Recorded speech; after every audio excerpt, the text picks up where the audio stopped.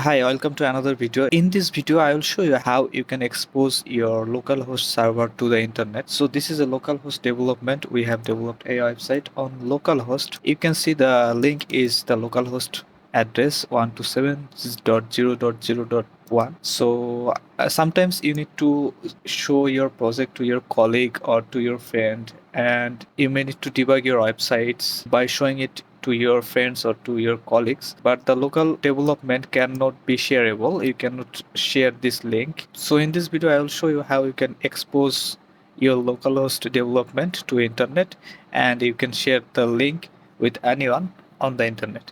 For doing so, we need a software called Ngrok. Simply search Ngrok on Google, click on the first link, click on the get Ngrok and download. Select your Windows version, download it. So the Ngrok is downloading. The download has been completed. Let's open the file. Now extract the Ngrok exe file to the desktop. I am copying it to the clipboard, paste it to the desktop.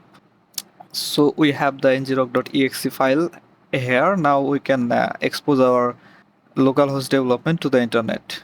Simply just open the ngrok.exe. Now you need to sign up to get the token for Ngrok.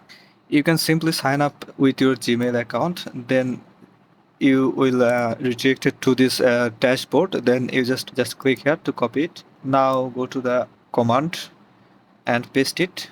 Your token has been saved. Now you can start a tunnel.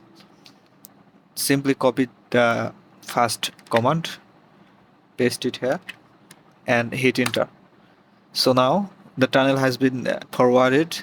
So you can see this localhost has been forwarded to this link. So if we copy this link and paste it here, you can access the localhost. Just click on the visit site.